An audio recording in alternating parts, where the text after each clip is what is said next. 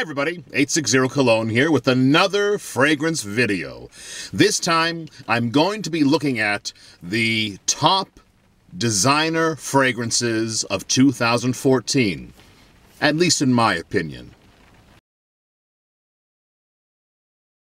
So, these are basically the designer fragrances that I had a chance to explore for the year 2014. Some of them were late 2013, depending on where they were released, either in Europe or in the States, or how soon they actually got to my area to be prevalent. So there may be a few that are a little bit iffy in the release time. But let's get started here.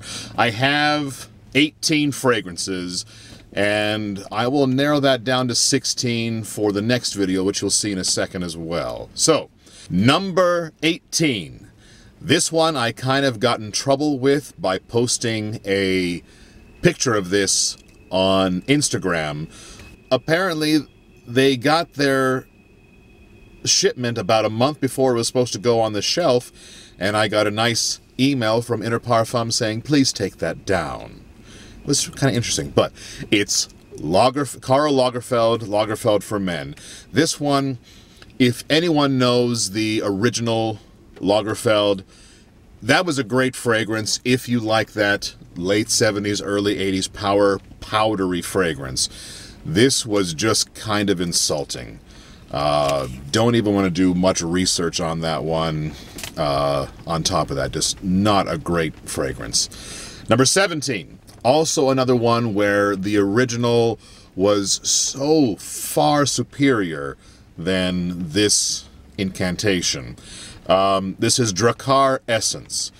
If you had a chance to smell this, it had nothing to do with Drakkar Noir, which was kind of the main fragrance if you grew up around the 80s, probably even if you grew up around other decades as well. People know this fragrance, and it was extremely, extremely popular. Still is. And Drakkar Essence was just this grapefruit nastiness, kind of like Adam Levine for Men, but a little bit more palatable, but still stanky. Now, number 16. I keep on meaning to do a video on this one, but it really just disgusts me.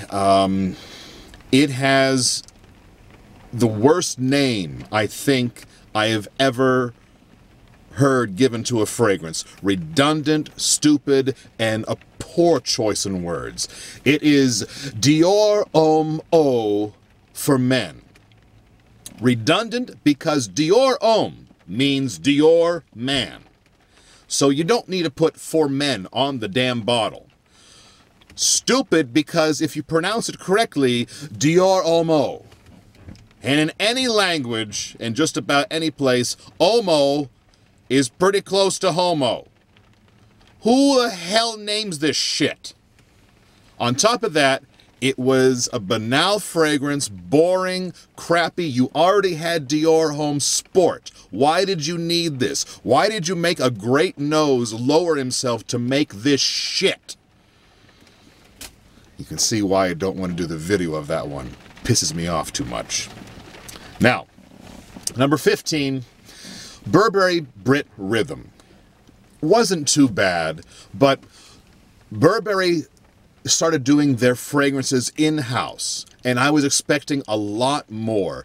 It was a pretty boring fragrance that didn't last too long, had a little bit of sweetness, but it kind of smelled like every other boring, generic fragrance out there. I expected a lot more from them in their first in-house release. I sure as hell didn't get it. Number 14, Eternity Night. Wasn't bad. Was kind of a little bit of a money grab, I think. If you follow my videos, you know that I think the people at Calvin Klein... Oh, hello, lights. At Calvin Klein and Coty kind of have their heads up their asses. And I think this was kind of like the last year of the stupid, mundane releases. Wasn't bad. It was okay. Haven't heard much talk about it. Number 14. Number 13 was not horrid. It's a house that has a lot of releases. They do a lot of them, and some of them are okay, some of them are pretty bad. But it's Nautica Life, which, neat-looking bottle, cylindrical, that had that little rope coming down to hide the tube.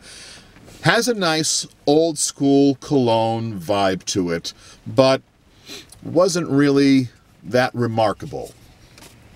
Number 12, CK1 Summer 2014. This one I kind of liked.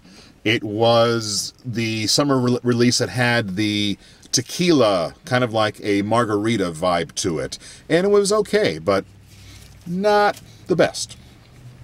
Number 11, this is Kenneth Cole Mankind. Not sure what's been going on with Kenneth Cole fragrances lately. They have been disappearing from a lot of the counters that I see in the department stores. It started a few years ago. They took Kenneth Cole Reaction off the shelf, and that was a good seller. Then they came out with Reaction Connected, which was also a decent fragrance, but that disappeared really quickly. Kenneth Cole Black and the other Vintage Black, harder to find on the regular shelves, and it's not as if Kenneth Cole is dominating, with a lot of fragrances that they need more space for their new fragrances. Mankind was okay. I had some friends that liked it. I know that Chad in Toronto, he's a big Kenneth Cole fan. They're nice fragrances. I just wish they get a little bit more consistent with keeping fragrances on the shelves and everything. But Mankind was number 11 for me. Number 10, into our top 10 here. Jimmy Choo for Men. This is the first release by Jimmy Choo for Men, and I was hoping for something more. I like the Jimmy Choo women's fragrances, most of them. There are a lot of them. I kind of wish they'd concentrate on better fragrances, quantity versus quality here. The original Jimmy Choo for Women is very nice. I wish it had better longevity, and I was hoping for something rather nice and deep with this one. I haven't reviewed this one yet. I may, although my review is going to basically be Jimmy Choo for Men is basically Bleu de Chanel light. That's all I get out of it. It's not bad, but if you think Bleu de Chanel is a little bit too much, too spicy, then maybe that Jimmy Choo man might be good for you. And if Bleu de Chanel is too spicy, oof. Ouch. Anyway, number 9. One of the most talked about fragrances from last year. I'm surprised I have it this high in my countdown, although it gets a little bit higher ranking because of the popularity that it has. This is, of course, Invictus, which to me, out of the bottle, kind of smells like grape pop. It's a sweet fragrance, nice, a crowd pleaser, and, a designer crowd pleaser, I'll say that. Don't get me wrong.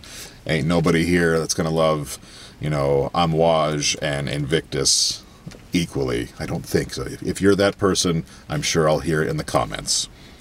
Number 8, Lacoste Live. Another fragrance that has a bit of an old school opening, just minor old school opening, but supposedly it combines a few different of the Lacoste fragrances and kind of blends them together. The overall effect is not bad.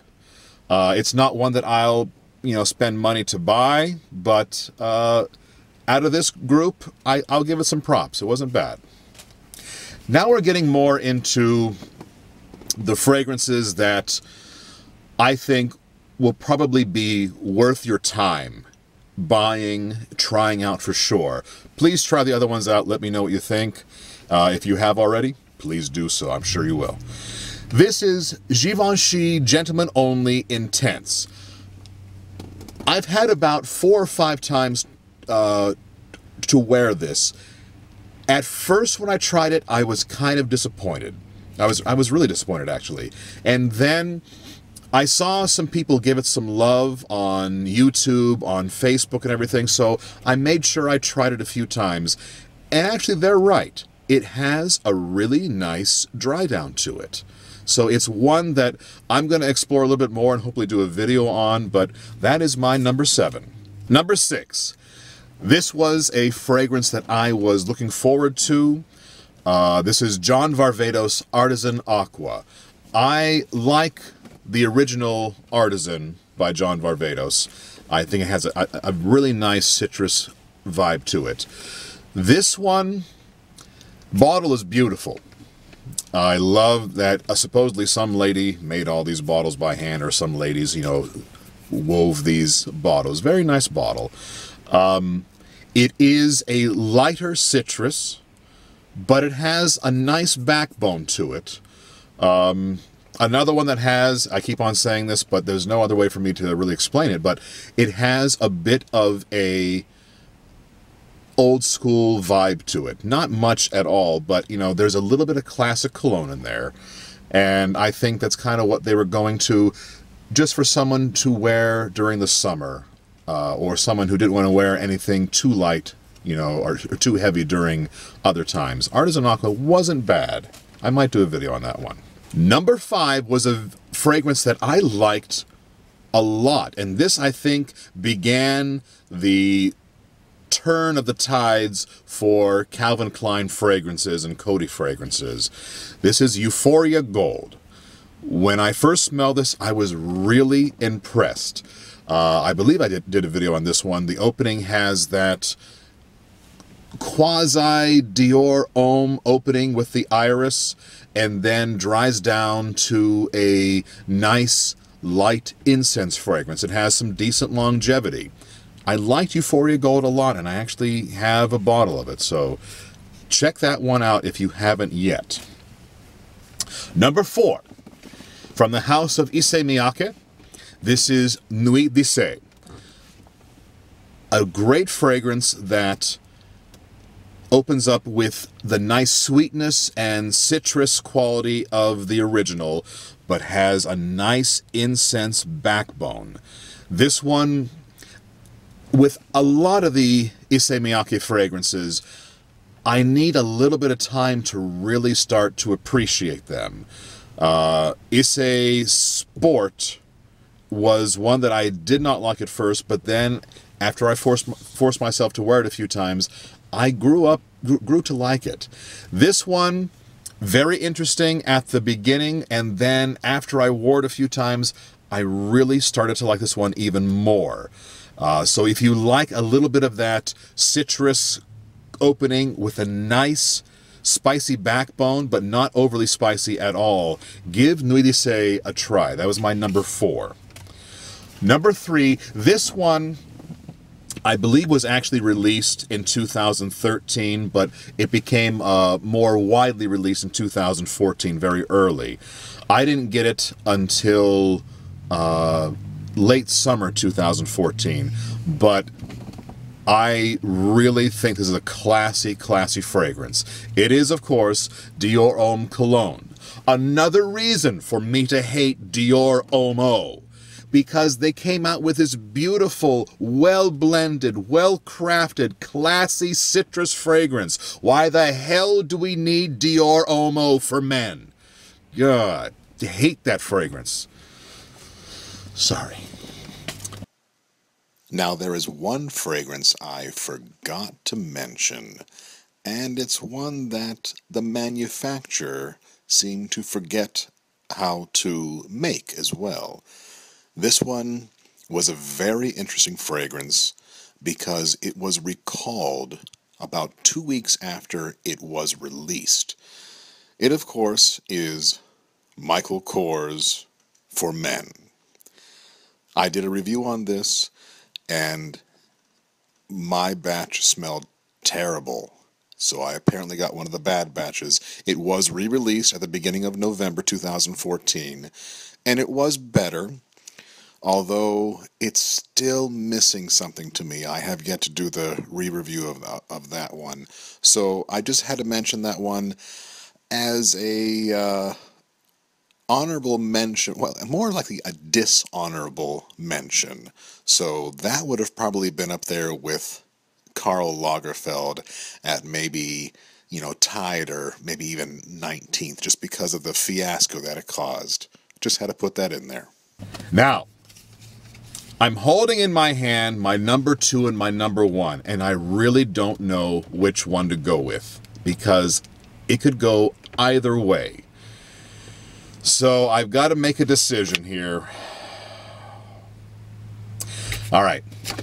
Number 2, Thierry Mugler, Pure Wood. This, it got a lot of press. I think it was something that was not exactly what people were expecting. I expected it to be more deeper and heavier, but after a wearing or two of this, it became a fragrance that was subtle enough to wear year-round, but also ballsy enough that it had that nice blend to me of the oak, the sandalwood, dried fruits, and incense. That worked very, very well for me. It has good longevity. It's not going to enter the room before you do and linger after you leave, but I think it's one that if you have discarded it before, give it a chance again. Because honestly, I have friends that, they didn't like it at first, and then when I made them try it again, I kind of stuck it in there, say, oh, here, try this, and didn't tell them what it was. They liked it. It was a very, very nice fragrance to me, and I think that was a good direction in the Pure line, although we are all getting sick of pure this, pure shot, pure shit, pure energy. So we'll see. Hopefully they get their heads out of their asses too, although Ultra Zest, that'll be coming up from me soon. All right, number 1. This is my number 1 favorite designer release of 2014. I was able to try this at duty free coming home late 2013. It didn't really hit the US stores until 2014. This, of course, is Prada Luna Rossa Extreme. I know a lot of people like this one, and I am definitely in there as well. Toons compares, I think he compared it to a Tobacco Vanilla. I would agree with that. It's like if Tobacco Vanilla is the guy that lives on the good side of town with, all the bells and whistles and has a great house, Luna Rossa Extreme, he lives a few streets over, and on the outside it looks like the same type of house, but he kind of went a little bit less expensive on all the bells and whistles. Not exactly the same as Tobacco Vanilla. There's a nice tobacco accord in there and some sweetness. And the perfumer, Daniela Roche-Andrier, I believe who it is, she's done all the men's line for Prada. And to me, her signature is basically a soapy, powdery scent. And this definitely has that in there. It is a nice complement to Prada Luna Rossa because it has that tartness of the citrus, but the main player on this in this one is the tobacco background and the darkness of it as well. More of a creamy, more sweet darkness. Great longevity, good projection, a great fragrance, another winner from Prada. So, there it is. My top picks of the designer realm for 2014. We're going to be using these numbers, or I am, in a future video coming real soon, so stay tuned for that. And please, comment down below. Let me know how crazy you think I am. If you agree with me or whatever, or give us your top 10, top 5 designer picks from 2014. All right? Thanks a lot for watching, and I'll talk to you soon.